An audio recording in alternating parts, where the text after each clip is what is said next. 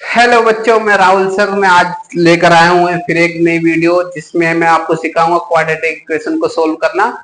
इस वीडियो में मैं आपको क्वाड्रेटिक इक्वेशन को जीरो से हीरो तक लेकर जाऊंगा। जिस बच्चे को बिल्कुल भी इसका काका का भी नहीं पता, वो भी अब आज के बाद ये वीडियो देखने के बाद उसे क्वाड्रेटिक इक्वेशन सोल्व करनी आ जाएगी, जीरो फाइंड आउट करने आ जाएंगे। बच्चों, अगर मेरी वीडियो पसंद आए तो चैनल को सब्सक्राइब जरूर करना, अगर ना आए तो मत करना। ठीक है, तो उम्मीद करता हूं ध्यान से सीखोगे आप लोग, और नोट्स बनाते रहना, हाथ और नोट करते रहना। ठीक है, और अगर कुछ समझ में ना आए तो कमेंट में जरूर पूछना। ठीक है, मैं बिल्कुल एक एक जीरो छोटा छोटा स्टेप आपको समझाने वाला हूँ। आज से पहले जिसको क्वाड्रेटिक इक्वेशन के बारे में ए टू बी भी कुछ भी नहीं पता था, वो आज यहाँ से सब कुछ मास्टर बनने वाला है। ठीक है बच्चों, चलो स्टार्ट करते हैं। देखो, क्वाड्रेटिक इक्वेशन, ये हमारी क्वाड्रेटिक इक्वेशन दी हुई है, x square plus 7x plus 12। Zeros क्या होता है, यानी इन वैल्यू को जब इस इक्वेशन को हम सोल्व करेंगे तो जो हमारा आंसर x की वैल्यू आनी चाहिए वो इक्वल टू किसके होनी चाहिए, जीरो के होनी चाहिए, जीरो के कंपैरिजन में होनी चाहिए। यानी कि वो जो हमारा वैल्यू आएगी उस वैल्यू को अगर हम जब इसमें पुट करेंगे तो ये इक्वेशन क्या हो जाएगी, जीरो बन जाएगी। क्या बन जाएगी, जीरो बन जाएगी। ठीक है, ध्यान देना। देखो बच्चों, चलो स्टार्ट करते हैं। ये है क्वाड्रेटिक इक्वेशन जिसकी पावर क्या होती है, 2 होती है। इस तरीके से हम इसको सोल्व करेंगे। इसमें सबसे पहले शुरू करने से पहले मैं एक छोटी सी बात आपको बता दूं कि इस इक्वेशन में हमारे कुछ पॉइंट्स होते हैं जो हमें पता होने चाहिए। जैसे कि हमारे यहाँ पर क्या लिखा है, एक्स स्क्वायर, ये क्या है, इसके साथ जो लिखा है वो होता है क्या, यहाँ पर क्या लिखा है, एक्स स्क्वायर के साथ क्या लिखा हुआ है, क्या लिखा हुआ है, वन, या कुछ नहीं लिखा हुआ तो वहां क्या होता है, वहां वन होता है। ठीक है, तो ये क्या है, हमारा ए है, ये क्या है, हमारा बी है, और ये हमारा सी है। ठीक है, जो एक्स के साथ होगा वो बी होगा, जो एक्स स्क्वायर के साथ होगा वो ए होगा। ये ध्यान रखना बच्चों। ठीक है, इस क्वेश्चन को सोल्व करने के लिए जो मेरा मेथड है वो ये है कि हमें दो वैल्यू चाहिए, पी एंड क्यू। क्या चाहिए, पी एंड क्यू, हमें दो वैल्यू चाहिए जिन दोनों को मल्टीप्लाई करने पर क्या आना चाहिए, वो आना चाहिए जो ए और सी को मल्टीप्लाई करने पर आता है। यानी ए और सी के मल्टीप्लाई के इक्वल पी और क्यू का मल्टीप्लाई होना चाहिए। और इन दोनों को ऐड करने पर, इन दोनों को ऐड करने पर क्या होना चाहिए, हमारा बी आना चाहिए। क्या आना चाहिए, बी आना चाहिए। यानी बी की जगह, बी की वैल्यू क्या है हमारी, 7 है, सी क्या हमारा 12 है। ठीक है बच्चों, देखो हम क्या करते हैं, यहाँ पे लिखा है P इंटू क्यू, यानी कि ए को सी से मल्टीप्लाई किया, यानी यहाँ पर क्या है, 1 है, और 1 को हमने 12 से मल्टीप्लाई किया तो क्या आ गया, 12 आ गया। समझ में आया। तो हमें पी और क्यू क्या चाहिए, इन दोनों को मल्टीप्लाई करने पर जो वैल्यू आएगी वो हमारा पी एंड क्यू आना चाहिए मल्टीप्लाई करने पर। बच्चों, एक चीज का ध्यान रखना, यहाँ पर जो वैल्यू है अगर प्लस है तो साइन का हमें ध्यान रखना है, प्लस माइनस का स्पेशल ध्यान रखना, वरना आपका सवाल गलत हो सकता है। ठीक है, अब हम बात करें पी एंड क्यू, यानी पी और क्यू को हम ऐड कर रहे हैं तो बी क्या है हमारा, 7 है, यानी इन दोनों को ऐड करने पर हमारा क्या आना चाहिए, 7 आना चाहिए। ठीक है बच्चों, चलो स्टार्ट करते हैं। ये पॉइंट आपको समझ में आया, चलो आगे चलते हैं। देखो, अब इसमें सबसे बड़ी समस्या ये आ गई कि पी और क्यू अब कहां से निकाले, तो इसके लिए कोई घबराने वाली बात नहीं है। यहाँ पर मैंने बताया ए और सी को मल्टीप्लाई करो तो क्या गया, 1 को हमने 12 से मल्टीप्लाई किया तो 12 1 जा 12 हो गया।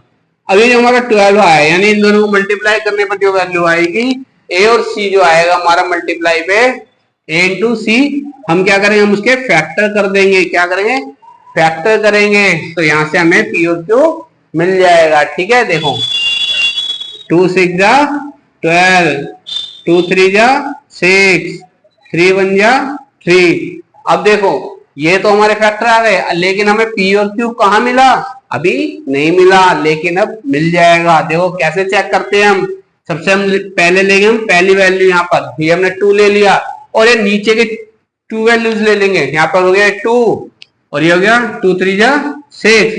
अब 6 और 2 को, 2 और 6 को हमने मान लिया पी और क्यू है हमारे, तो 2 और 6 को मल्टीप्लाई किया 12 आ गया हमारा।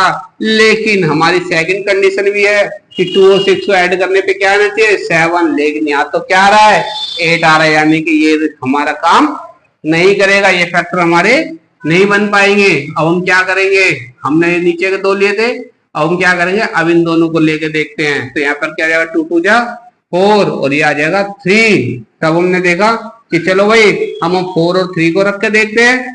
4 इंटू 3 क्या गया 4 3 या 12 और 4 और 3 को हमने ऐड किया तो क्या गया 7, यानी कि हमारे पी और क्यू हमें मिल गए। ठीक है बच्चों, तो ऐसे हम अपने पी एंड क्यू निकालते हैं। ठीक है, समझ में आया?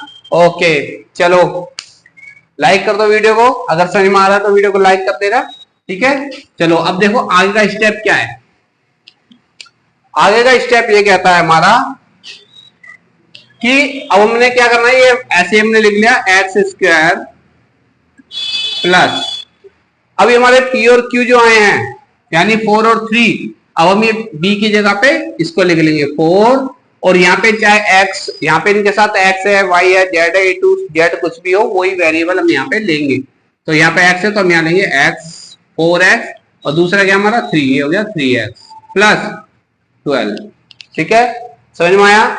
देखो हमने क्या करा, b की जगह पे क्या कर दिया, जो हमारे p एंड q आए थे, p प्लस q जो हमारा बना था यहाँ पे p प्लस q, ये हमने यहाँ पर ले लिया, जो वेरिएबल इसमें दिया हुआ है उसके साथ हमने ये ले लिया है। ठीक है बच्चों, चलो आगे चलते हैं। देखो अब हम क्या करेंगे, इनमें अब हम निकालेंगे कॉमन वैल्यू क्या है।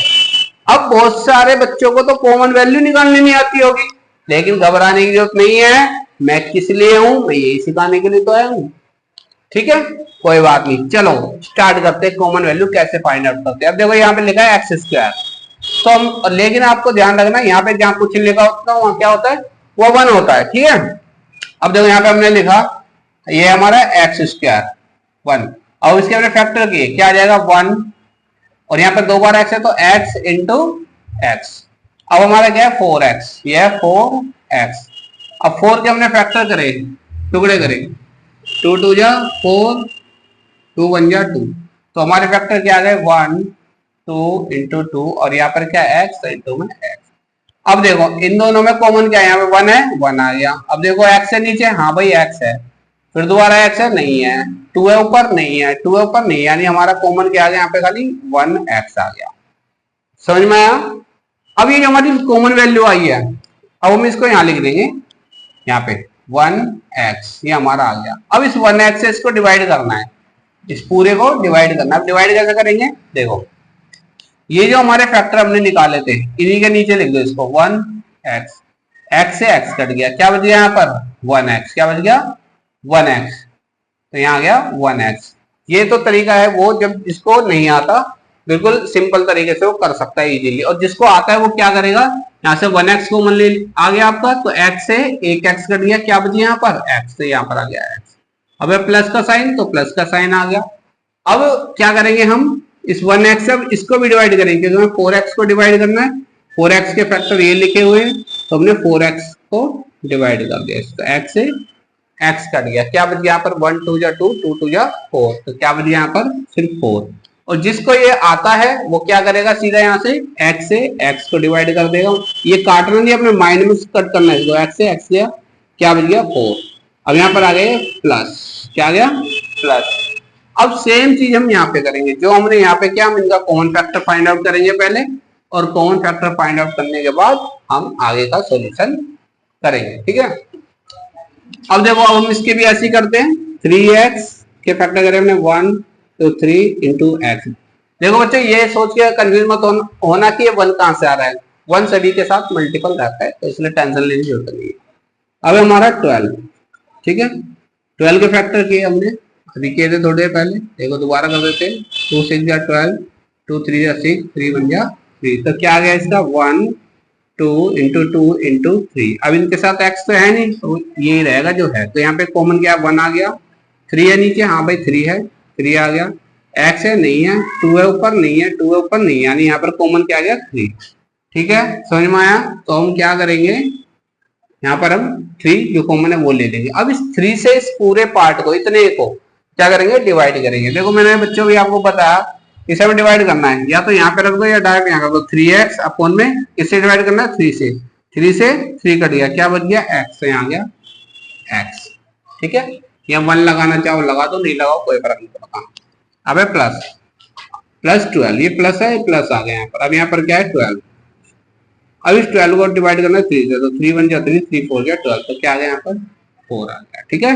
समझ में आया। तो कॉमन फैक्टर फाइंड आउट करके इस तरीके से हम इसको सोल्व करते हैं। जिसको नहीं समझ में आता होगा उसे भी अभी आ गया होगा। समझ में आ रहा है तो वीडियो को लाइक कर देना, सब्सक्राइब करना। ओके दोस्तों, देखो अब हमें ऐसे इस क्वेश्चन का हमें पता कैसे चलेगा हम सही कर रहे हैं गलत कर रहे हैं। ये दोनों ब्रैकेट जो है आपके सेम होने चाहिए। क्या होने चाहिए, दोनों ब्रैकेट सेम होने चाहिए। अगर ये दोनों ब्रैकेट सेम नहीं आ रहे तो इसका मतलब आपका सवाल गलत हो रहा है कहीं ना कहीं पे। अब देखो इसमें हमारा नेक्स्ट स्टेप क्या होता है कि जो कॉमन है, जो ब्रैकेट कॉमन है उसको हम एक बार लिख लेंगे 1x + 4। इन दोनों के बदले एक ब्रैकेट उतार लिया, ये जो बाहर है इनको एक ब्रैकेट में लिख लो 1x + 3, ठीक है। अब हमें फाइंड आउट क्या करना था, जीरो। तो हम क्या करेंगे, इनको ले लेंगे x + 4 = 0, ये हो जाएगा x + 3 = 0। इनके साथ 1 लिखो या मत लिखो कोई फर्क नहीं पड़ता। अब यहाँ पे हमने x को रोक लिया, 4 को इधर लेकर आ गए, प्लस का है तो बराबर के साइन के इधर आएगा, इक्वल के साइन के दूसरी तरफ जाएगा तो माइनस का हो जाएगा। ऐसे ही यहाँ पर x = -3। तो ये हमारी दो वैल्यू में मिल गई। इनको हम अल्फा और बीटा नाम देंगे। क्या नाम देंगे, अल्फा एंड बीटा, ठीक है बच्चों। समझ में आया। अगर नहीं समझ में आया तो कमेंट में बताना, दोबारा समझा देंगे, ठीक है। चलो आगे चलते हैं। अब हम इनको वेरीफाई भी करेंगे। क्या करेंगे, वेरीफाई भी करेंगे, ठीक है। चलो वेरीफाई करके देखते हैं कैसे वेरीफाई करते हैं। इसे मैं मिटा देता हूँ यहाँ से। अब वेरीफाई करने के लिए जो हमारा चेक करने का तरीका क्या है, वो है number 1, sum of zeros equal to क्या होता है, alpha + beta equal to -b upon a, -b upon a, ठीक है। तो हम पहले इसको चेक करते हैं। अल्फा आपके पास क्या है, -4 है भाई। अल्फा क्या है, ये रहा -4, ये -4 आ गया, प्लस बीटा क्या है, -3 है, ठीक है। अब मैंने आपको बताया था कि b हमारा कितना होगा, 7। मैंने बताया था स्टार्टिंग में कि ये हमारा b होता है बीच में, तो हमने 7 ले लिया। a हमारा 1 है। अब फॉर्मूले में माइनस है तो यहाँ माइनस लग जाएगा, ठीक है। समझ में आया। अब देखो -4 प्लस माइनस -3, ये है -7। अब ये -4 और -3 कितना आ जाएगा, माइनस का 7, यानी -7। Both side equal, LHS = RHS। तो ये हमारा वेरीफाई हो गया ये वाला स्टेप, ठीक है। अब इसमें हमारा नेक्स्ट स्टेप आता है प्रोडक्ट ऑफ जीरोस, जिससे हम इसको वेरीफाई करते हैं, चेक करते हैं कि भाई हमारा सवाल सही हुआ है गलत हुआ। अब product of zeros, product of zeros, इसमें क्या होता है, इसका फॉर्मूला होता है अल्फा × बीटा = C/A, ठीक है। अब अल्फा क्या है आपका, -4 है, बीटा आपका -3 है, सी आपका 12 है। मैं पहले बता चुका हूँ कि सी कैसे पता चलेगा, ये कैसे, और ये आपका 1 है। माइनस माइनस प्लस हो जाएगा, 4 3 या 12, और यहाँ पे भी क्या है 12, यानी LHS = RHS, ठीक है। समझ में आया। तो यानी कि यहाँ पे हमारा सवाल बिल्कुल सही है। अगर आपको समझ में आया हो तो जैसे मैंने कहा था, अगर आपको वीडियो समझ में आए तो चैनल को सब्सक्राइब कर देना, लाइक करना, शेयर करना, अपने जरूरतमंद दोस्तों के साथ शेयर करना। चिंता करने की जरूरत नहीं है, मैथ मैं सिखाऊंगा, राहुल सर आपके साथ है। ओके बाय बाय, फिर मिलते हैं नेक्स्ट वीडियो में। बाय बच्चों।